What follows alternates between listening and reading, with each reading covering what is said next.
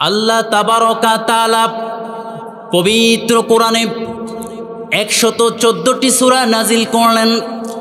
114টি সূরার মধ্যে একটি সূরা নাজিল করলেন সূরাতুল কলাম, যে সূরাটি কোরআনের মধ্যে 96তম সূরা। এই সূরা কিভাবে নাজিল হয়েছে, কিভাবে সূরা নবীর উপরে আল্লাহ তাবারকা তাআলা কিভাবে নবীর উপরে এই সূরা নাজিল করেছেন, তার বৃহৎ বর্ণনা রয়েছে। আয়েশা রাদিয়াল্লাহু তাআলা থেকে বর্ণনা পাওয়া যায় মুত্তাফাকুন আলাইহি সহিহ হাদিস। আল্লাহর হাবিব বলেন, আমি যখন বেকুল পারা হয়ে গেলাম কোরআন কোথায় পাওয়া যাবে, আমার রবকে কোথায় পাওয়া যাবে, আমি নবী বেকুল হয়ে গেলাম কিভাবে মানুষদেরকে অন্ধকার থেকে আলোর পথে নিয়ে আসা যায়। আমি রব্বে কারিমের হাবিব, আমি বেকুল পারা হয়ে হেরার গুহার মধ্যে আমি ধ্যানমগ্ন থাকতাম। একদিন নয়, দুদিন নয়, মাঝে মধ্যে আমি চলে যেতাম, মাঝে মধ্যে আমি খাবার নিয়ে থাকতাম, মাঝে মধ্যে আমার প্রাণপ্রিয় স্ত্রী খাদিজা আমাকে সহায়তা করত। আমি নবী একদিন নয়, দুদিন নয়, অসংখ্য দিন, কোন মুফাসসিরিন ইকরাম বলেন 3 মাস নবী হেরার গুহায় ধ্যানমগ্ন থাকতে লাগলেন। কখন জানি আল্লাহ তাবারকা তাআলার পক্ষ থেকে কোরআন নাজিল হয়। হঠাৎ করে নবী বলে খাদিজা রাদিয়াল্লাহু তাআলা আনহাকে, ও খাদিজা, হঠাৎ করে একদিন দেখলাম কে যেন আমার সম্মুখে আসলো, এসে বলল, নবী ইকরা, আপনি পড়ুন। আমি নবী পড়লাম, আমি পড়তে জানি না। জিব্রাইল আমাকে বুকের মধ্যে আলিঙ্গন করলেন, আমাকে চেপে ধরলেন। আমি খুব কষ্ট অনুভব করলাম, শরীর থেকে ঘাম বেরোতে শুরু করলো। কিছুক্ষণ পরে আমি আবার বললাম, হে জিব্রাইল, যে কোরআন তুমি আমার উপরে পড়ার জন্য বলতেছো আমি পড়তে পারি না। জিব্রাইল আবার আমাকে আলিঙ্গন করলেন, আমার শরীরে ব্যথা অনুভব হলো। আবার জিব্রাইল বলল, ইকরা, হে নবী আপনি পড়ুন। আমি বললাম আমি পড়তে পারি না। তৃতীয়বার জিব্রাইল আমাকে আঁকড়ে ধরে বললেন, হে নবী আপনি পড়ুন। তৃতীয়বার যখন আমাকে বলল, আমি পড়তে লাগলাম, ইকরা বিসমি রাব্বিকাল্লাযী খলাক, খলাকাল ইনসানা মিন আলাক। আমি পড়তে লাগলাম। পড়তে হবে জনম ভরে, জীবন ভরে, সৃষ্টির সূচনা থেকে, জন্ম থেকে মৃত্যুর আগ পর্যন্ত একজনের নামে, তিনি কে? আল্লাহ নিজেই ঘোষণা করলেন, ইকরা, হে নবী আপনি পড়ুন। বিসমি রাব্বিকাল্লাযী খলাক, যেই রব আপনাকে দুনিয়াতে সৃষ্টি করেছে, শুধু আপনাকে সৃষ্টি করেনি, আপনার পূর্ববর্তী সকল নবীদেরকে সৃষ্টি করেছে। শুধু আপনার পূর্ববর্তী সকল নবীদেরকে সৃষ্টি করেনি, আপনার পূর্ববর্তী প্রত্যেকটা উম্মতকে তিনি সৃষ্টি করেছে। হে নবী, আপনি সেই রবের পয়গাম নিয়ে আপনি পড়ুন, আপনার উম্মতদেরকে তাদের তালিম দেন। আমি পড়তে লাগলাম। পরবর্তীতে জিব্রাইল আমাকে বলল, হে নবী আপনি সেই রবের নামে পড়েন, যেই রব আপনাকে সব তামাম দুনিয়ার মানুষদেরকে পানি থেকে সৃষ্টি করেছে। কি পানি? আজকে বিজ্ঞান গবেষণা করে দেখল, একজন বাবার পৃষ্ঠদেশ থেকে, মায়ের শুক্রাণু থেকে, মায়ের ডিম্বাণু থেকে, বাবার শুক্রাণু থেকে মানুষের তৈরি। সেই মানুষের যে বীর্য থেকে তৈরি হয় সেটাকে বলা হয় আলাক। আল্লাহ তৈরি করলেন, সৃষ্টি করলেন মানুষকে আলাককে থেকে। যদি আল্লাহ ইচ্ছে করতেন এইরকম ইমাম বিন মোবারককে, আজকের মাহফিলের সভাপতিকে, আজকের মাহফিলের কেশিয়ারকে, আজকের মাহফিলের প্রধান মেহমানকে, আজকে ঐতিহাসিক 14 গ্রাম পৌরসভায় দিন মাহফিলের সমস্ত মানুষদেরকে বাবার লুঙ্গির মধ্যে শুকিয়ে ফেলতে পারতেন। কথা বলুন ঠিক কিনা? কিন্তু আল্লাহ বললেন, না না, আমি হাজার হাজার জীবন মানুষদের মধ্য থেকে, তামাম সৃষ্টির মানুষদের মধ্যে থেকে একজন মানুষকে আমি আমার জন্য নির্বাচন করেছি। সেটা হলেন আপনি, সেটা হলাম আমি, সেটা হলো আজকের মাহফিলের সভাপতি, সেটা হলো আজকের মাহফিলের কেশিয়ার, সেটা হলো আজকের মাহফিলের প্রধান মেহমান, সেটা হলো তামাম দুনিয়ার সব মানুষগণ। এই কারণে আল্লাহ বললেন, হে নবী আপনি মনে রাখুন, যেহেতু আমি বাবার পৃষ্ঠদেশ থেকে বীর্য নাপাক থেকে মানুষদেরকে সৃষ্টি করেছি। আমি ইচ্ছে করলে তাকে গরু বানাতে পারতাম, বানাই নাই। ইচ্ছে করলে তাকে আমি নাপাক বস্তু বানাতে পারতাম, বানাই নাই। ইচ্ছে করলে গাছপালা বানাতে পারতাম, বানাই নাই। ইচ্ছে করলে তামাম দুনিয়ার যত নিকৃষ্ট প্রাণী রয়েছে তাদের মধ্য থেকে একজন বানাতে পারতাম, বানাই নাই।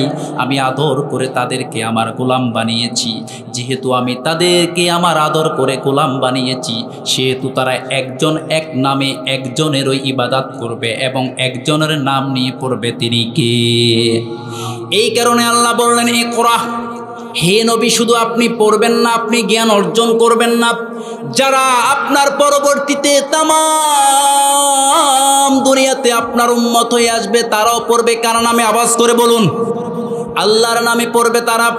আবার আল্লাহর গোলামি করবে, একমাত্র আল্লাহর গোলামি করবে। আল্লাহর গোলামি ব্যতীত আর কারো তামাম জীবনে কারো গোলামি করা যাবে না। কথা বলুন ঠিক কিনা? এই কারণে আল্লাহ বললেন আমি তাদেরকে ইচ্ছে করলে খারাপ বস্তু বানাতে পারতাম, বানাই নাই। যেহেতু মানুষ বানিয়েছি, আমার জন্য গোলাম বানিয়েছি, আমার ইবাদত করবে, আমার নামে পড়বে। আমার নাম ব্যতীত আর কারো নামে পড়া যাবে না। এই হুকুম কার? ইকরা শব্দটি আমরের সিগা। আল্লাহ তাআলা সরাসরি আমাদেরকে ইনডাইরেক্ট না করে ডাইরেক্ট আমাদেরকে নির্দেশ দিলেন, হে নবী পড়ুন শুধুমাত্র আপনার রবের নামে। কারণ আপনার রব আপনাকে ঠগায় নাই, আপনার রব আপনার সম্মান নষ্ট করে নাই, আপনার রব আপনার উম্মতদেরকেও সম্মান নষ্ট করে নাই। যেহেতু আপনার রব আপনাকে সম্মান দিয়েছে, তার নামই পড়বেন, তার নামে আপনি গোলামি করবেন, ইবাদত করবেন। আল্লাহ এরপরে বললেন ইকরা ওয়া রব্বুকাল আকরাম। শুধু রবের নামে পড়বেন, যেই রবগুলো মানুষের মধ্যে সবসময় খেলা তামাশার পণ্য, সেই রবের নামে পড়া যাবে না। আকরাম, সম্মানিত রবের নামে পড়তে হবে। সম্মানিত রবকে আওয়াজ করে বলুন। আল্লাহ সম্মানিত রব, এই কারণে বলল হে নবী সম্মানিত রবের নামে পড়বেন, দুনিয়ার কোনো অসম্মানিত রবের নামে পড়া যাবে না। এই কারণে কোনো এক কবি বলেছিলেন, খোদার বুকে লাতিমার, খোদার বুকে লাতিমার বলার পরে পরে হাজার হাজার মানুষ মাঠে ময়দানে নেমে গেল। মাঠে ময়দানে নেমে যাওয়ার পর সমস্ত মানুষ তৌহিদি জনতা আন্দোলন করতে শুরু করলো। কে জানি বলেছে খোদার বুকে লাতিমার, খোদার বুকে লাতিমার, সে কুফরি করেছে, কাফের হয়ে গেছে। ওই ব্যক্তি বাড়ি থেকে বের হলো না, তার বাসা থেকে বের হলো না। ওই কবি, ওই লোকটা কি করলো? তামাম দুনিয়ার সমস্ত আলেমদেরকে ইনভাইট করলো। তিনি বলল আসো তোমরা আমার সাথে বসবা, আমি কোন খোদার বুকে লাথি মারতে বলেছি আমি প্রমাণ করব। সমস্ত মানুষ একসাথে তার সম্মুখে বসে গেল, তারাও গেল, আলেমরাও বসলো, যত মানুষ ছিল যারা আন্দোলন করেছিল তারাও একসাথে বসলো। ওই লোকও বসলো। সেই লোকটি বলল সূরাতুল আহাদ নিয়ে আসো, সেই সূরাতুল আহাদ আমি তেলাওয়াত করব। তেলাওয়াত করলেন, তেলাওয়াত করার পর সেখানে তিনি পেলেন, বলুন হে নবী আল্লাহ এক, তিনি অদ্বিতীয়, তিনি কাউকে সৃষ্টি করেছেন, কেউ থেকে তিনি সৃষ্টি গ্রহণ করেন নাই, কাউকে তিনি জন্ম দেন নাই, কারো থেকে জন্ম গ্রহণ করেন নাই, তার কোনো মানুষের আকৃতি দেহ নেই। হে দুনিয়ার তামাম মানুষ, আমি ওই খোদার বুকে লাথি মারতে বলেছি যে খোদার বুক রয়েছে, বলুন আল্লাহু আকবার। এই জন্য বলতেছি আকরাম, সম্মানিত রবের নামে পড়তে হবে। এই হুকুম কার? আল্লাহ কোরআনে দিয়েছেন 114টি সূরার মধ্যে একটি সূরা 96তম। এই সূরার মধ্যে আল্লাহ বলেছেন আপনি পড়ুন, যে রব আপনার সম্মানিত, সম্মানিত রবের নামে পড়বেন, অসম্মানিত রবের নামে পড়া যাবে না। কথা বলুন ঠিক কিনা? আওয়াজ করে বলুন ঠিক কিনা? আল্লাহ তাআলা বললেন আল্লাযী আল্লামা বিল কলম, হে নবী যে আপনাকে কলম থেকে শিক্ষা দান করেছে, কলম দিয়ে শিক্ষা দিয়েছে। তামাম পৃথিবীর দিকে তাকিয়ে দেখুন, সমস্ত পৃথিবীতে আজকে মানুষ যে কলম দ্বারা শিক্ষা নেই, সেই কলম যিনি সৃষ্টি করেছেন তিনি কে? আওয়াজ করে বলুন তিনি কে? আল্লামাল ইনসানা মা লাম ইয়ালাম। হে নবী, মানুষ জানতো না তার বাবাকে, মানুষ জানতো না তার সন্তানকে, মানুষ জানতো না তার স্ত্রীকে, মানুষ জানতো না তার পিতামাতা আত্মীয় স্বজনকে, মানুষ জানতো না তার বংশীয় পরিচয়কে, মানুষ জানতো না তার সম্মানকে। কিন্তু আমি রব্বে কারিম দয়া করে মায়া করে আল্লামাল ইনসানা মা লাম ইয়ালাম, আমার পক্ষ থেকে তারা যা জানতো না তাদেরকে তা শিক্ষা দিয়ে সম্মান দান করেছি। সম্মানিত দান করেছেন কে? আওয়াজ করে বলুন। সম্মান দিয়েছেন আল্লাহ, সম্মান নেওয়ার মালিককে। সৃষ্টি করেছেন আল্লাহ, আবার ধ্বংস করার মালিককে।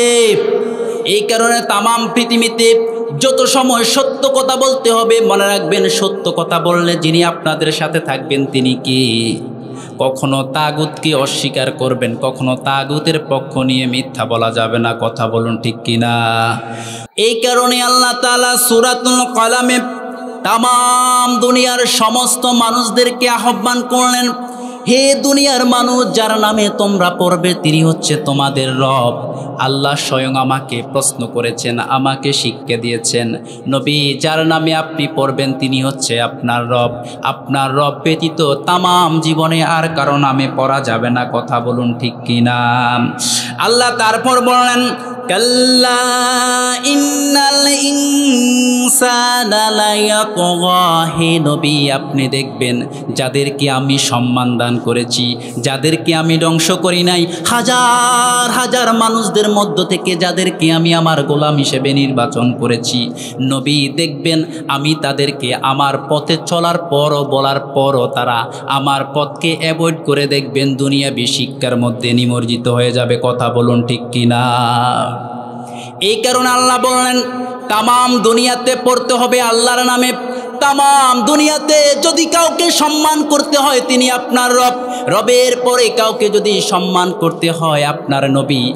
মা আয়েশা রাদিয়াল্লাহু তাআলা বলেন, আল্লাহর হাবিব সাল্লাল্লাহু আলাইহি সাল্লাম খাদিজার সম্মুখে এসলেন, এসে বললেন, হে খাদিজা, আমি রব্বে কারিমের সম্মুখে, রব্বে কারিমের পক্ষ থেকে যখন জিব্রাইল আমাকে আয়াতগুলো বলেছে, আমি আয়াতগুলো তেলাওয়াত করেছি, জিব্রাইল আমাকে আলিঙ্গন করেছে, আমার শরীর থেকে গাম বের হয়ে গেল, কষ্ট অনুভব করেছি। আমি যদি আজকে মক্কার জমিনে এই কথাগুলো বলি তারা তো আমাকে বলবে না, তুমি খাদিজা আমার কথাগুলোকে বিশ্বাস করো, আমাকে আল্লাহ কি কখনো ধ্বংস করবে না, আমার সম্মান নষ্ট করবে কি? খাদিজা রাদিয়াল্লাহু তাআলা আনহা বললেন, হে আমার প্রাণের স্বামী, আরবের নবী, মক্কার নবী, তামাম দুনিয়ার নবী, হে রাহমাতাল লিল আলামিন, হে দু জাহানের বাদশা, হে কাউসারের মালিক, হে আল্লাহর পয়গম্বর, মনে রাখুন তামাম দুনিয়ার সব মানুষ যদি তা বিশ্বাস না করে, আপনার স্ত্রী হিসাবে, খাদিজা হিসাবে আমি প্রথম বিশ্বাস করে নিয়েছি। হে নবী, মনে রাখুন আল্লাহ তাআলা কখনো কখনো কখনো আপনাকে লাঞ্ছিত অপমানিত করবে না। তাহা মা আনজালনা আলাইকাল কুরআনা লিতাশকা, কারণ আপনার রব বলেছে, নবী এই কোরআন নাজিল করে, এই কোরআন আপনার উপর অবতীর্ণ করে তামাম দুনিয়ার যতজন এই কোরআনকে অসম্মানিত করবে তাদেরকে আমি লাঞ্ছিত করেছি, কিন্তু আপনাকে অপমানিত লাঞ্ছিত করি নাই। হে নবী, আপনি ভয় পাবেন না, টেনশন করবেন না, বিচলিত হবেন না, আপনি কখনো ঈমান হারা হবেন না।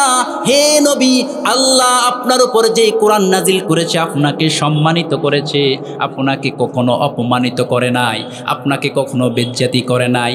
যেই নবীর স্ত্রী নবীকে পাওয়ার দিলেন, কম্পারেটিভ দিলেন, যেই নবীর স্ত্রী নবীকে সাপোর্ট করলেন, তাকিয়ে দেখেন আজকে যদি এই পৌরসভার কোনো বাবা, কোনো বন্ধু, কোনো ব্যবসা বিজনেস করে, ওই ব্যবসা বিজনেসে যদি সে হেরে যায় অথবা লস খায়, বাড়িতে এসে যদি বলে, হে আমার প্রাণের স্ত্রী, আমি ব্যবসা করেছি কিন্তু ভাগ্যের কি নির্মম পরিহাস, আল্লাহ তাতে বারাকা দান করে নাই, আমি লক্ষ টাকা মার খেয়েছি, অথবা আমার ব্যবসা ভালো যাচ্ছে না, লস খেয়ে এসেছি, ওই স্ত্রী বলবে সমস্ত তামাম দুনিয়ার ব্যবসায়ীরা সফল, তাদের স্ত্রীকে নিয়ে হাটে যায়, মাঠে যায়, সুপার মার্কেটে যায়, বিজনেস করে, তাদেরকে কাপড় চোপড় কিনে দেয়, তাদেরকে নিয়ে শপিং মলে নিয়ে যায়, তাদের ব্যবসায় বাণিজ্য লাভ আসে, লোকসান আসে না।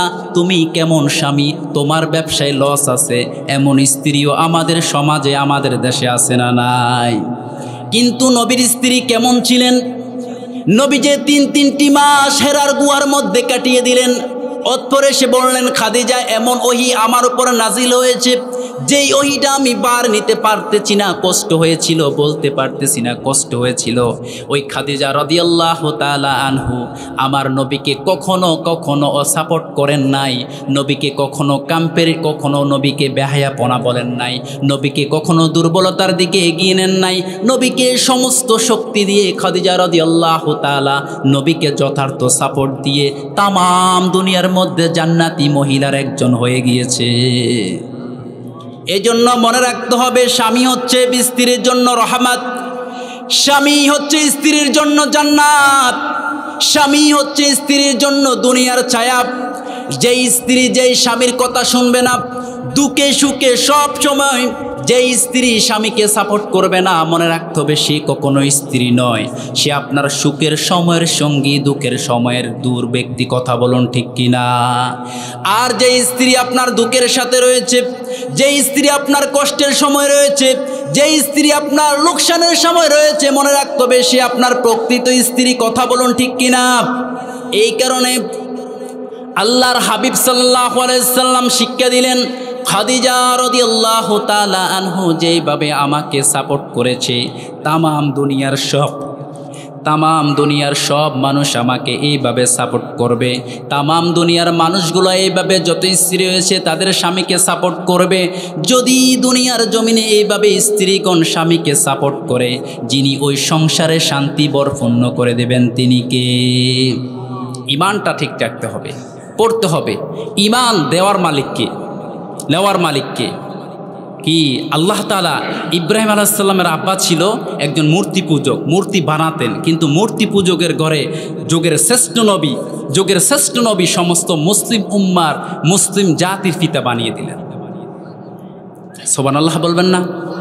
আপনি তাকিয়ে দেখুন, ভারতের বাবরি মসজিদে সর্বপ্রথম যিনি লোহার শাবল দিয়ে মসজিদ ভাঙ্গার জন্য আঘাত করেছিল, তার নাম ছিল বলবীর সিংহ। বলবীর সিংহ যখন বাড়ি থেকে প্রতিজ্ঞা নিলেন, সারা ভারতবর্ষের সনাতন ধর্মাবলীদেরকে নিয়ে আমি বাবরি মসজিদ ধ্বংস করব, লোহার শাবল নিয়ে তিনি দৌড়ে আসলেন, বাবরি মসজিদের মধ্যে আঘাত করলেন, মসজিদের মিনার ভেঙে দিলেন, মসজিদের মিনার ভেঙে তিনি বাড়িতে চলে গেলেন। পিতা মাতাকে বলতে লাগলেন, আমি ভেবেছিলাম ভারতের যত আইন শৃঙ্খলা বাহিনী রয়েছে তারা বাধা দিবে, তারা রুখে দাঁড়াবে। আমি তাকিয়ে দেখলাম সমস্ত ভারত থেকে হিন্দু ভাইয়েরা দৌড়ে দৌড়ে আসলো বাবরি মসজিদ ধ্বংস করার জন্য, বাবরি মসজিদ ধ্বংস করে দেওয়ার জন্য। কেউ বাধা দেয় নাই। আমি বাবরি মসজিদকে ধ্বংস করে দিয়েছি, তার লোহার শাবল দিয়ে তার মিনার ভেঙে দিয়েছি। বাড়িতে যাওয়ার পর যে স্রষ্টা তার অন্তরের মধ্যে ভীতি প্রদর্শন করে দিলেন, তিনি কে? তিনি বলেন, আমি বাড়িতে গেলাম, বাড়িতে যাওয়ার পর কে জানি আমাকে বলল, হে বলবীর সিংহ, কার ঘর ভাঙলি তুই? যেই আল্লাহ সৃষ্টি ইচ্ছে করলে তোকে বাবার পৃষ্ঠদেশ থেকে ধ্বংস করে দিতে পারতো, বাবার লুঙ্গির মধ্যে তোকে শুকিয়ে ফেলতে পারতো, মা যখন ওয়াশরুমে চলে যায় সেখানে তোকে ধ্বংস করে ফেলতে পারতো। তোর রব তোকে ধ্বংস করে নাই, তোর রব তোকে মানুষ হিসাবে মর্যাদা দিয়েছে, মানুষ হিসাবে তোর রব তোকে দুনিয়াতে প্রেরণ করেছে, তুই কার ঘর ভাঙলি?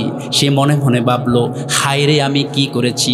আকরাম আলী, ভারতের একজন ব্যক্তি রয়েছিল আকরাম আলী রাহেমাহুল্লাহ, তার নিকট চলে গেলেন, বললেন, হুজুর এমন ভুল করেছি, ভুলের কারণে আজকে অনুশোচনার হারে নিয়ে আমি রবকে ডাকতে থাকি, আল্লাহ আমাকে ক্ষমা করবে কি? তার সান্নিধ্য লাভ করে তিনি প্রতিজ্ঞা করলেন, তার হাতে কালিমা পড়ে মুসলমান হলেন। মুসলমান হলে তিনি প্রতিজ্ঞা করলেন, একবার নয়, দুবার নয়, একটি নয়, তিনটি নয়, আমি নিজ হাতে যতদিন বেঁচে থাকবো একটা নয়, দুইটা নয়, 100টি মসজিদ স্থাপন করব। 100টি মসজিদের স্থাপন করার সংকল্প নিয়ে তিনি বের হলেন। একটা নয়, দুটা নয়, তিনটা নয়, চারটা নয়, পাঁচটা নয়, 10টা নয়, একটা করে 91টি মসজিদ স্থাপন করলেন। 2021 সনে তিনি রবের ডাকে সাড়া দিয়ে চলে গেলেন। আল্লাহ তাআলার হাবিব বলেছেন, দুনিয়ার জমিনে কেউ যদি ভালো কাজ করে চলে যায়, সেই ভালো কাজের কোনো যাজা দুনিয়ার জমিনে সে পাক আর নাই পাক, যিনি কিয়ামতের ময়দানে কবর জিন্দিগিতে তাকে দিবেন তিনি কে? শুনে রাখুন দুনিয়ার মানুষ, শুনে রাখুন দুনিয়ার মানুষ, ওই ব্যক্তির যে তাওবা করলো, একটি নয় দুটি নয় 91টি মসজিদে স্থাপন করলো। 91টি মসজিদের যে জাদা তার কবরে যাব, ওই ব্যক্তিকে যিনি জান্নাত দান করবেন তিনি কে? ইতিহাস থেকে জানা যায়, আজকে নয় কালকে নয়, আজ থেকে প্রায় 491 বছর আগে 1528 খ্রিস্টাব্দে বাবর সম্রাটের সময়কালীন, সম্রাট বাবরের সময়কালীন ভারতের বাবরি মসজিদ স্থাপিত হয়। সম্রাট বাবরের সমকালীন এই মসজিদ স্থাপন করার কারণে নামটি হয় বাবরি মসজিদ, অর্থাৎ সম্রাট বাবর স্থাপন করার কারণে তার নামের তকমা দিয়ে হয় বাবরি মসজিদ। একদিন দুই দিন নয়, 3 দিন নয়, 491টি বছর এই মসজিদ দুনিয়ার জমিনে আল্লাহ তাআলার গোলামদের জন্য গোলামির গড় হয়ে থাকে, কেউ তাকে ধ্বংস করতে আসে না। তখন 1947 সনে পাক ভারত পাকিস্তান ভাগ হয়, মুসলিম উম্মাদের মধ্যে ভাঙ্গন দেখা দেয়। যখন তার আগে যখন 1757 সনে ব্রিটিশরা বাংলাদেশে আসে, ভারতীয় উপমহাদেশে আসে, তারা এইভাবে লেলিয়ে দেয় মুসলমানদের এত বড় ধর্মীয় গড় থাকা যাবে না। 1859 সনে তারা উগ্রবাদী হিন্দুদেরকে লেলিয়ে দেয়, এই মসজিদ কখনো থাকা যাবে না, এই মসজিদকে ধ্বংস করতে হবে। উগ্রবাদী সেই হিন্দুরা যারা সিন্ধু দেশে থাকতো, সিন্ধু থেকে হিন্দু আসলো, ওই হিন্দুরা ওই মসজিদকে ভেঙে দেওয়ার জন্য যথার্থ চেষ্টা করে। 1992 সনে 6 ডিসেম্বর ভারতের সেই বাবরি মসজিদকে উগ্রবাদী হিন্দুরা ধ্বংস করে দেয়। উগ্রবাদী হিন্দুরা ধ্বংস করে দেওয়ার পরে 2019 সনে সেই মসজিদ সম্পর্কে ট্রাইব্যুনালে বসা হয়। সেই মসজিদ কখনো মুসলমানদের নয়, রায় হয় সেই মসজিদে রাম মন্দির হবে। 2020 সনে রাম মন্দিরের কাজ শুরু হয়। 2020 সন থেকে 2023 সন পর্যন্ত রাম মন্দিরের কাজ পরিপূর্ণ করা হয়। প্রশ্ন থাকলো মুসলমানদের নিকট, যে এই মসজিদটা ভাঙার পড়াশোনা হবে আল্লাহর নামে, এমন শিক্ষা করা যাবে না যে শিক্ষা দীক্ষা হয়ে দাঁড়াবে, যে শিক্ষা জাতির অভিশাপ হয়ে দাঁড়াবে, যে শিক্ষা মানুষদের জন্য কষ্টকর হয়ে যাবে। আমরা তাকিয়ে দেখি বাংলাদেশের জমিনে আজকে বই চিরা হচ্ছে, ঠিক কিনা? এই বইগুলো চিরা হচ্ছে না? এই বইগুলো চিরার অনেকগুলো কাহিনী রয়েছে। আমি তাকিয়ে দেখলাম, নিজে বইটা আমি সংগ্রহ করেছি এবং নিজে পড়েছি। এই বইটা আমাদের স্কুলে 9ম শ্রেণীতে দেওয়া হয়েছে। এই বইটা স্কুলে 9ম শ্রেণীতে দেওয়া হয়েছে। বইয়ের পৃষ্ঠা নাম্বার হচ্ছে 149। এই বইতে দেওয়া হয়েছে জেরুজালেম অর্থাৎ ইসরায়েলের একটা মানচিত্র। হয়তো আপনারা তাকিয়ে দেখবেন যে একটা মানচিত্র দেওয়া হয়েছে।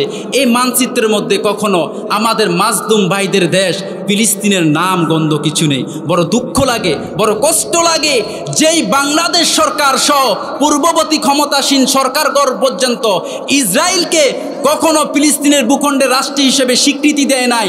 যে প্রধানমন্ত্রী আমাদের ক্ষমতা থাকাকালীন তিনি বলেছিলেন, আমরা ফিলিস্তিনের পক্ষে ছিলাম, আমরা আছি, ভবিষ্যতেও থাকব, সেই বাংলার জমিনে যারা কখনো তাদেরকে রাষ্ট্র হিসেবে স্বীকৃতি দেয় নাই, সে বাংলার জমিনে এমন শিক্ষা বাস্তবায়ন হয়েছে যেই বইয়ের মধ্যে ফিলিস্তিন নামক রাষ্ট্রের নাম পর্যন্ত মুছে দেওয়া হয়েছে। বলুন নাউজুবিল্লাহ।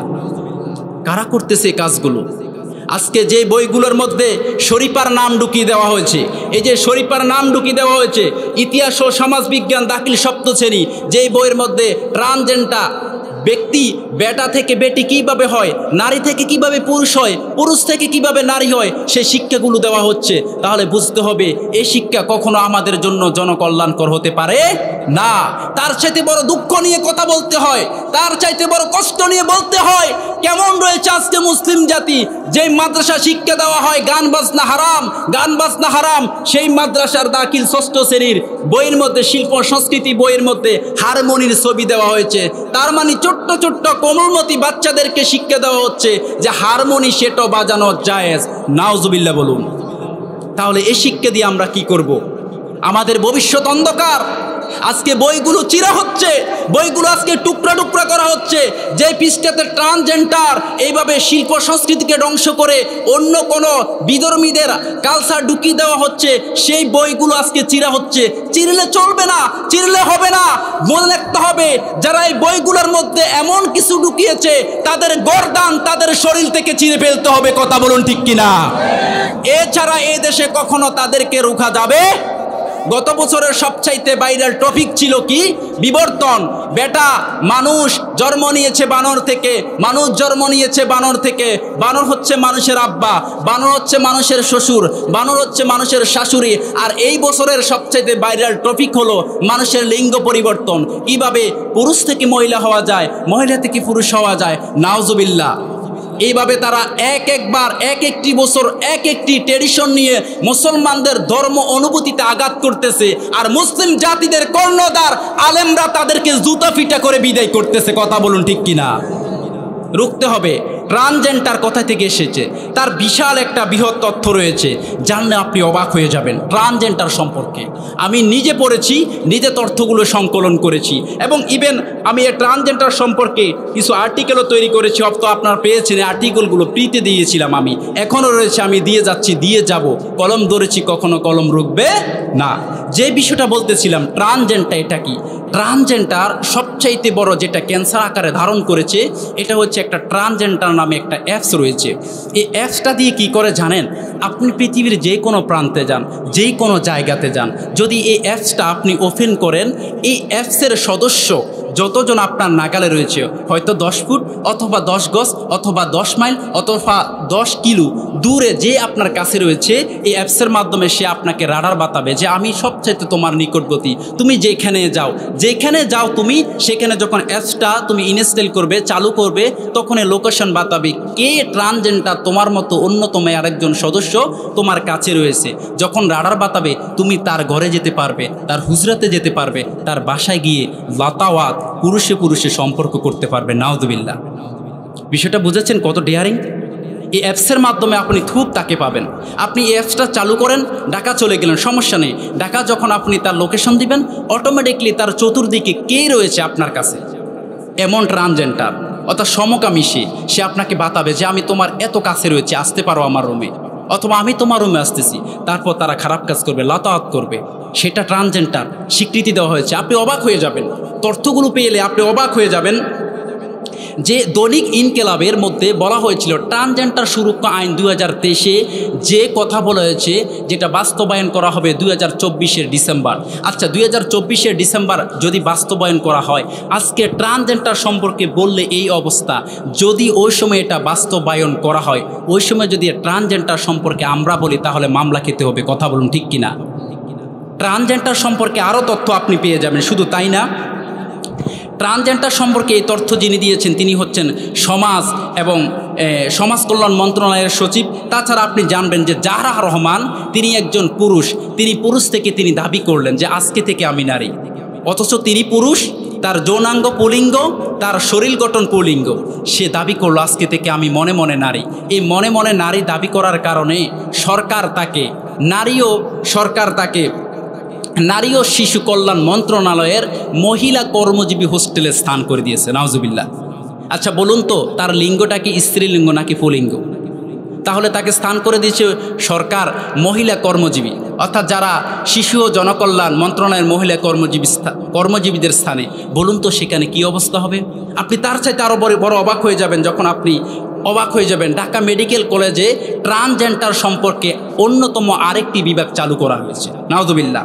তাছাড়া বাংলাদেশে যারা কাজ করে তার মধ্যে একজন হয়েছে জাহরা রহমান। তাছাড়া রয়েছে জাহরা রহমান হচ্ছে ইলগার সদস্য। ইলগা কি জানেন? ইলগা হচ্ছে পৃথিবীর সবচাইতে ট্রান্সজেন্ডার অর্থাৎ সমকামীদের সবচাইতে বড় হেডকোয়ার্টার। ইলগা হচ্ছে এমন একটা সংস্থা যাকে বলা হয় international lesbian trans and interest organisation, intersex organisation. অর্থাৎ এটা দ্বারা ব্যক্তি নিজের যৌনাঙ্গ পরিবর্তন করতে পারে, ব্যক্তি নিজেকে পরিবর্তন করে সমকামিতা করতে পারে। নাউজুবিল্লাহ বলুন। বাংলাদেশে আরেকজন ব্যক্তি রয়েছে যে আমি বলতেছিলাম, তাসনুমা আনাম, যিনি নিজেকে ট্রান্সজেন্ডার করেছে, আর ট্রান্সজেন্ডার করার কারণে বাংলা বিষয়ে তাকে সাংবাদিকের চাকরি দেওয়া হয়েছে। নাউজুবিল্লাহ বলুন। কি অবস্থা! এখনও এই আইন জারি করা হয় নাই। যদি আইন অবস্থা চলমান হয়ে যায় তাহলে কি হবে? তাছাড়া আপনি আরও তথ্য পেয়ে যাবেন যে যিনি সায়ানের সদস্য। সায়ান কিসের সদস্য?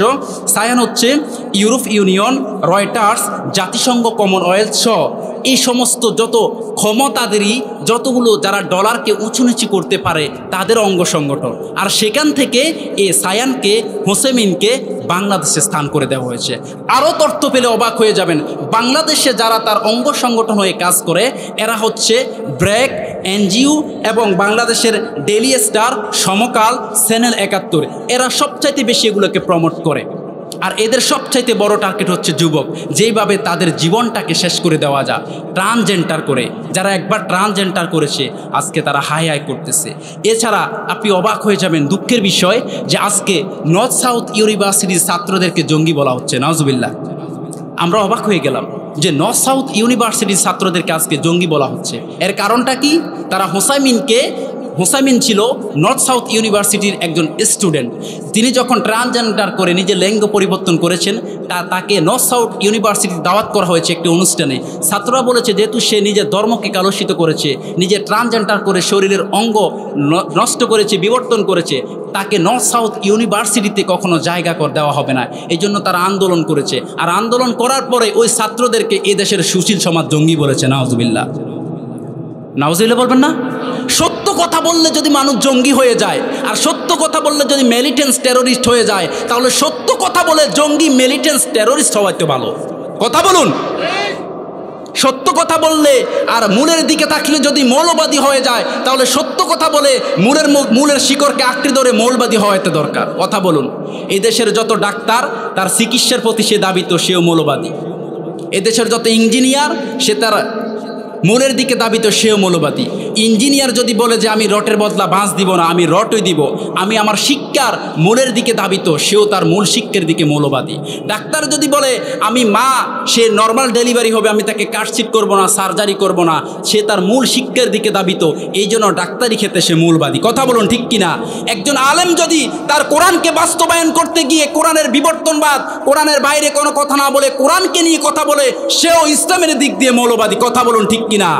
এই জন্য প্রত্যেক মানুষকে আকীদাগতভাবে মৌলবাদী হওয়া ওয়াজিব, প্রত্যেক মানুষকে। সময় কম, আরেকটা মেসেজ দিয়ে যাচ্ছি। আমার দেশে আজকের শেষ যে একটা অবস্থা হচ্ছে, এটা হচ্ছে আপনার লাভ জিহাদ। নাউজুবিল্লাহ বলুন। লাভ জিহাদ কি? শুনলে অবাক হয়ে যাবেন। লাভ জিহাদ কি? লাভ জিহাদ হচ্ছে ভারত সরকার 2009 সনে লাভ জিহাদ নামে একটা আইন জারি করে। এই আইনের ধারাবাহিকতা হলো আমার কাছে এটা সম্পর্কে প্রায় 91টি তথ্য রয়েছে, আর্টিকেল রয়েছে 91টি। তাদের সবচাইতে এটার মূল কার্যক্রম হচ্ছে, কোনো হিন্দু যদি কোনো মুসলিম মেয়েকে লেলিয়ে পটিয়ে কোনোরকম বিয়ে করে তার পেটে বাচ্চা দিয়ে চলে যেতে পারে, তাহলে সে লাভ জিহাদের সদস্যের অন্তর্ভুক্ত, তাকে ভারত সরকার পুরস্কৃত করবে। কথা বলুন নাউজুবিল্লাহ। এটা হচ্ছে কি, আজকে যদি আপনাকে বলা হয় একটা বিধর্মী ভাই এসে, ভাই আমি সনাতন ধর্মের একজন ভাই, অথবা বিধর্মী, আমি একটা মুসলিম বোনকে বিয়ে করতে চাই, আর মুসলিম বোনকে বিয়ে করলে তো আমার পরিবার আমাকে জায়গা দেবে না, সম্পদ থেকে বঞ্চিত করবে, সমাজ থেকে বঞ্চিত করবে, আমাকে সব কিছু থেকে বঞ্চিত করবে। আপনার নিকট আমার আর্জি, আপনি আমাকে একজন মুসলিম বোনের ব্যবস্থা করে দেন, যাকে বিয়ে করে আমি ঘর সংসার করব। ইসলামের যে জাকাত দেওয়ার বিধান 8 খাত, তার মধ্যে এক খাত হলো ওই বিধর্মীকে জাকাতের টাকা দিয়ে ইসলাম দিকে আকৃষ্ট করা। তো মুসলমানদের ট্রেডিশন, ওল্ড ট্রেডিশন শিক্ষা হচ্ছে বিধর্মীকে কীভাবে ইসলামের দিকে আকৃষ্ট করা। আপনি তো তখন অটোমেটিকলি নিজের বোন দিয়ে হলো তাকে সহায়তা করবেন। কথা বলুন, ঠিক কিনা? আর সহায়তা করার পর আপনার বোনের সাথে সে থাকবে, হয়তো একটা ছোট্ট বাচ্চা হয়ে যাবে, আর না হয় পেটে বাচ্চা দিয়ে চলে যাবে। আপনি হয়তো এই সম্পর্কে আজ অজ্ঞ, জানেন না, কিন্তু ঢাকা শহরে তাকিয়ে দেখুন, বাংলাদেশের বিশ্ববিদ্যালয়গুলোর তাকিয়ে দেখেন, অহরহ ক্যান্সার আকারে ধারণ করেছে তা। আজকের মুসলিম বোনদের সতীত্ব নষ্ট করে দিচ্ছে তারা, অথচ মুসলিম বোনরা মুখ খুলে বলতে পারতেছে না। কারণ মুসলিম বোন যদি মুখ খুলে তা অপর ভাইকে বলে, আল্লাহর কসম অপর ভাই তাকে কখনো গ্রহণ করবে। সতীত্ব নষ্ট হয়ে গেছে, এই কথা লুকানোর কারণে তারা কখনো এই কথাগুলো বলে না। এই বিষয়টা মনে রাখতে হবে। এই জন্য লাভ জিহাদ যারা, আমি তাদেরকে বলবো লাভ জিহাদ সম্পর্কে সঠিক জ্ঞান অর্জন করুন।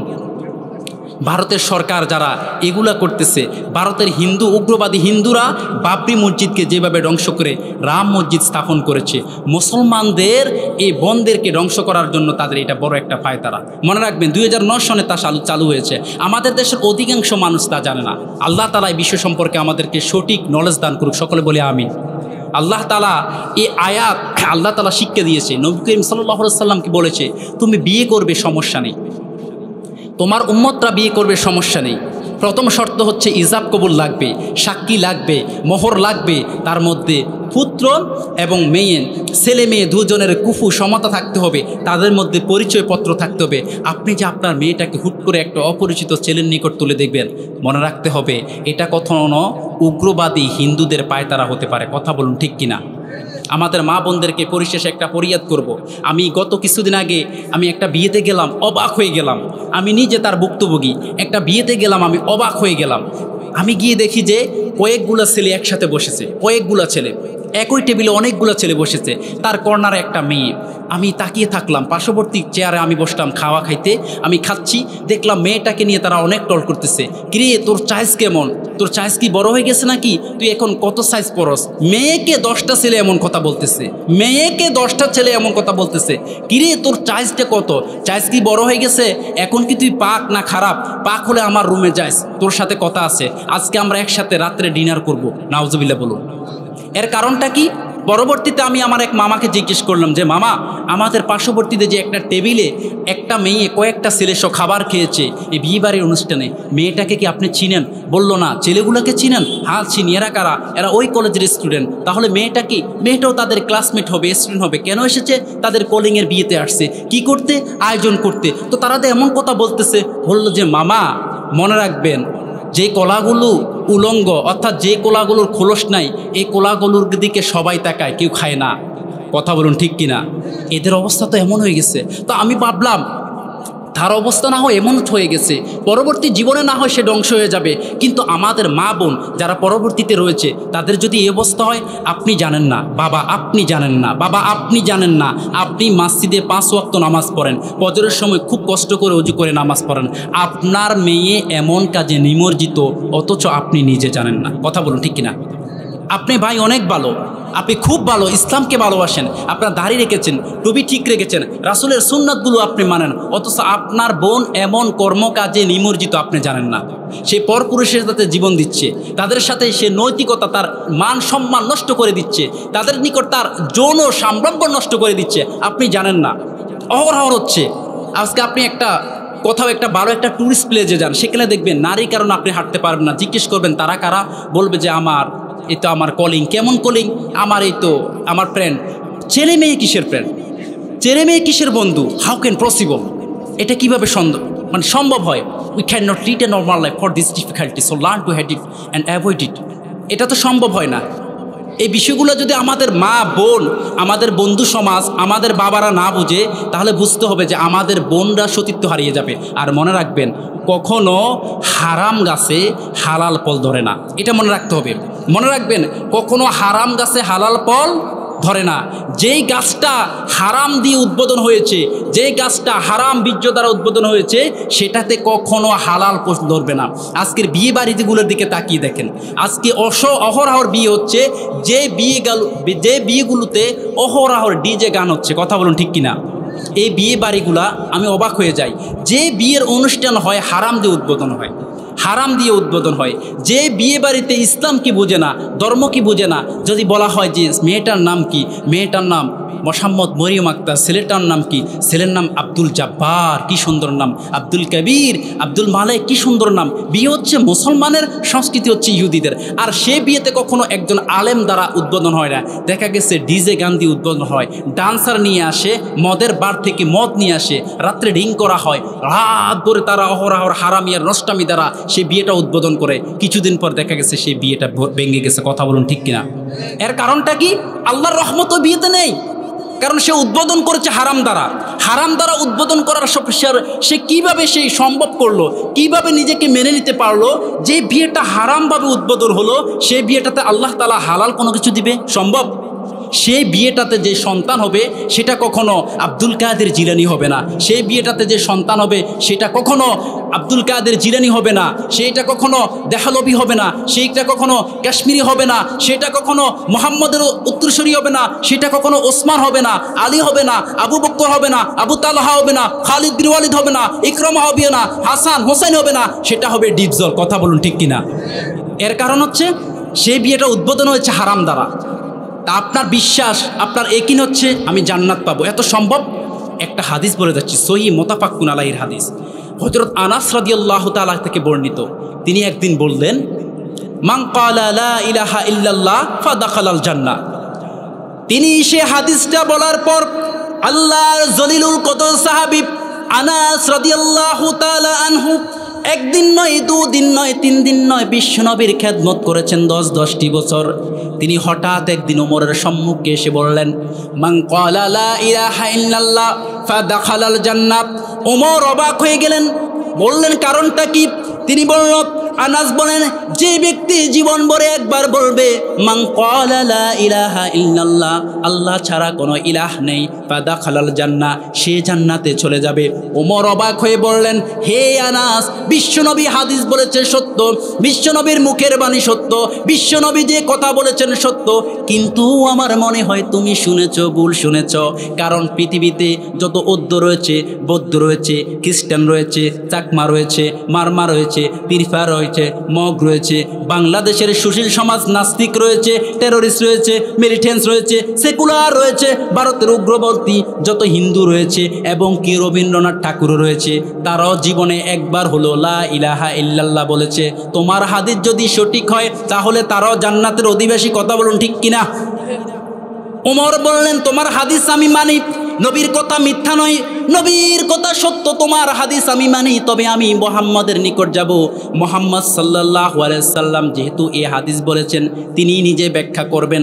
দৌড়ে তিনি গেলেন, ওমর গিয়ে বললেন, আল্লাহর হাবিব, বেয়াদবি আপনি মাফ করবেন, আপনার নিকট আমি আরজ করেছি, আপনার নিকট আমি হাত পেতে বসেছি, আপনার নিকট আমি সম্মানের সহিত আদবের সহিত বলতেছি, রাসূল কিছুক্ষণ আগে আনাস রাদিয়াল্লাহু তাআলা আনহু আমার সম্মুখে গিয়েছিল। আনাস গিয়ে বলল, ও উমর, আল্লাহর হাবিব বলেছে, মান ক্বালা লা ইলাহা ইল্লাল্লাহ, যে ব্যক্তি জীবনে একবার বলবে কোনো ইলাহ নেই, ফাদাখালাল জান্নাহ, সে জান্নাতে চলে যাবে। আল্লাহর হাবিব বললেন, ওমর, হাদিস বলেছি আমি সত্য, কথা বলেছি আমি সত্য, এই হাদিসটাও সত্য, আনাস সেটা রেফারেন্স করে তোমার নিকট বলেছে, এটাও সত্য। কিন্তু আনাস শুনতে একটু ভুল শুনেছে। তার মর্ম হচ্ছে মুহাম্মদ সাল্লাল্লাহু আলাইহি সাল্লাম নিজেই ব্যাখ্যা করেছেন। আল্লাহর হাবিব নিজেই বলেন, তার হাদিসের ব্যাখ্যা হচ্ছে, মান ক্বালা লা ইলাহা ইল্লাল্লাহ, যে জীবনে একবার বলবে লা ইলাহা ইল্লাল্লাহ মুহাম্মাদুর রাসূলুল্লাহ, কোনো ইলাহ নেই আল্লাহ ব্যতীত, মুহাম্মদ সাল্লাল্লাহু আলাইহি সাল্লাম আল্লাহর রাসূল, ফাদাখালাল জান্নাহ। পায়ের তাফসীর করেছেন মুহাম্মদ, পায়ের তাফসীর করতে তিনি গিয়ে বললেন, পায়ের তাফসীর হচ্ছে সে এই কথা বলার পর নিজের জীবন থেকে যতগুলো বিধর্মীদের কার্য রয়েছে, ঈমান কুফরের কার্য রয়েছে, সমস্ত কার্যগুলো নিজের জীবন থেকে ঘৃণা সহকারে ছেড়ে দিবে। ফাদাখালাল জান্নাহ, আল্লাহ তাআলা তাকে জান্নাত দিয়ে দেবেন। শুধুমাত্র মুখ দিয়ে লা ইলাহা বললে জান্নাত পাওয়া যাবে? কখনো সম্ভব নয়। ইন্নাদ্দীনা ইনদাল্লাহিল ইসলাম, আল্লাহ বলছেন খ্রিস্টান, বৌদ্ধ, চাকমা, মারমা, তিরফা, মগ, হাজার মানুষের হাজারো বর্ণ রয়েছে, মত রয়েছে, সব ধর্মগুলার মধ্যে একটাই ধর্ম আমার নিকট প্রিয়, সব ধর্মগুলার মধ্যে একটাই ধর্ম আমার নিকট পছন্দনীয়, এটা হচ্ছে ইসলাম। ওয়া মাইয়াবতাগি গায়রাল ইসলাম দীনা ফালাই ইউকবালা মিনহু ওয়া হুয়া ফিল আখিরাতি মিনাল খাসিরিন। হে নবী, আপনি সেই সম্প্রদায়েরকে বলে দেন, সেই জাতিকে বলে দেন, যাদেরকে যারাদের নিকট এই কোরআন আসার পর, এই ধর্ম আসার পর, এই ধর্মটাকে ব্যতি রেখে অন্য কোনো ধর্ম তালাশ করেছে, আল্লাহর কসম দিয়ে বললাম, আল্লাহর কসম দিয়ে বললাম, আল্লাহ তাআলা তার পক্ষ থেকে এই ধর্ম ব্যতীত কোনো ব্যক্তির ধর্ম, মতাদর্শ, কোনো ব্যক্তির জীবনের কালচার কখনো গ্রহণ করবেন না, গ্রহণ করবেন না, গ্রহণ করবেন না। ওয়া হুয়া ফিল আখিরাতি মিনাল খাসিরিন, আল্লাহ তাআলা বললেন আখিরাতে সে ক্ষতিগ্রস্তদের অন্তর্ভুক্ত হয়ে যাবে। নাউজুবিল্লাহ। এই জন্য মনে রাখতে হবে ইসলাম পরিপূর্ণ। ইসলাম শুধু আপনি ঈমান আনবেন, এর জন্য আপনি জান্নাতে যেতে পারবেন না। ইসলামে শুধু আপনি ঈমান দ্বারা পরিপূর্ণ কালিমার তাওহীদের দাওয়াত দিবেন, এটা দ্বারা আপনি জান্নাতে যেতে পারবেন না। নিজের জীবন থেকে যতগুলো বাক্য কাজ রয়েছে, যেগুলো বিরোধীদের সাথে মিলে যায়, বিধর্মীর সাথে মিলে যায়, যেগুলো আপনার নেফাক সৃষ্টি করে, যেগুলো আপনার ঈমান হনন করে, যেগুলো আপনার জীবন থেকে ভালো কাজগুলোকে ধ্বংস করে দেয়, তামাম জীবন থেকে এগুলো গিনা ভরে শেষ করে দিতে হবে, ডিলেট করে দিতে হবে। তারপরে আপনি পরিপূর্ণ একজন মুসলিম হবেন।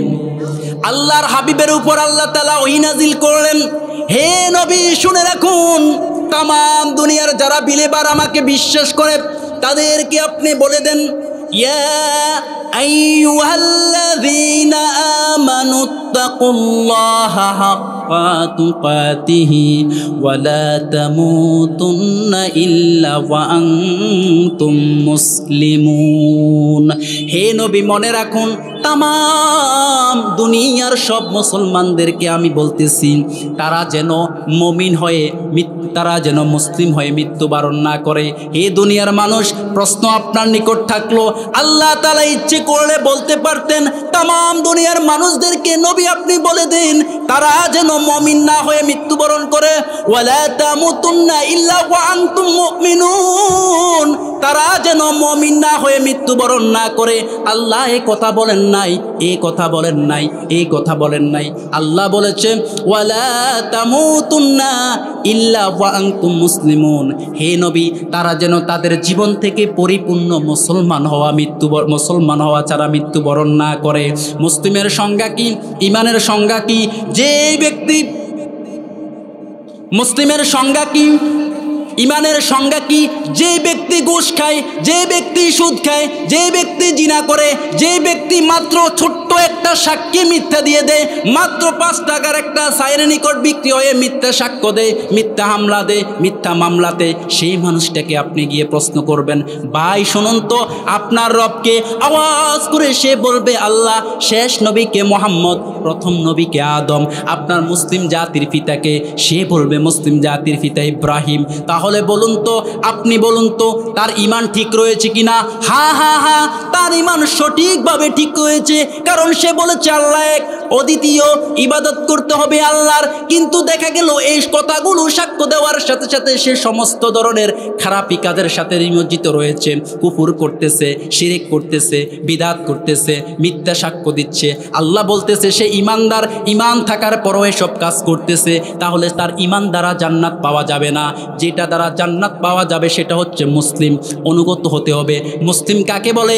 যে এই ব্যক্তি কালিমার তাওহীদের দাওয়াত দেওয়ার পরও, সাক্ষ্য দেওয়ার পরও সে একবার বলে দিল হে নবী মনে রাখুন, হে নবী বলুন, তারা এমন লোক যারা যখন নিজেদেরকে মুসলিম দাবি করলো, তামাম দুনিয়াতে কালিমার সাক্ষ্য দেওয়ার পরে আল্লাহর নিকট বলল, আল্লাহ দুনিয়ার জীবনে পাপ করেছি, পাপ করতে করতে সব কিছু আমি নিজের জীবন থেকে ত্যাগ করে দিয়েছি। আজকে আমি একটা কিছু বলতেছি, এটা হচ্ছে যত পাপ করেছি, অন্যায় করেছি, চুরি করেছি, জিনা করেছি, ব্যভিচার করেছি, সব কিছু করেছি, আজকে আমার জীবন থেকে আমি রিমুভ করে দিয়েছি।